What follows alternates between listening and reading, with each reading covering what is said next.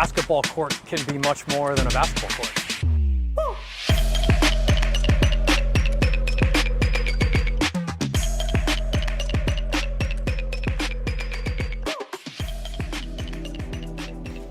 You learn a good lesson, and I lost the U.S. soccer presidential election, and out of that, when I was reflecting, the issue of consequence that was just on my mind and I was losing sleep over was access to sport.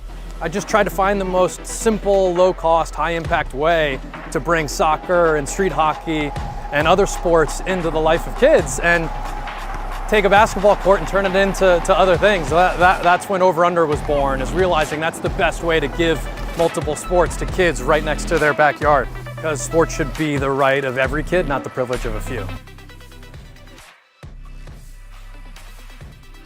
The court looks like it's basically finished with the surface. Install the golfer goals, which is coming from the Over Under initiative. All that's been taken care of. I believe there's going to be a fence around the court and put in the basketball hoops up. We should be good to go on that sooner than later. So they'll have a playground. They'll have a basically brand new baseball field with dugouts. They'll have a multi-purpose sports court that has goals that come out of the ground, so they can play soccer, hockey, lacrosse, basketball, any sport they can even come up with or think of. They'll have small goals that come in and out of the ground, so when you want to play basketball or whatever else, they won't interfere. It's going to be one of very few in the country that are actually going to be out there. So this will be something that they'll take around the country and replicate all over the place. For the most part, everyone's pretty excited for something to finally happen.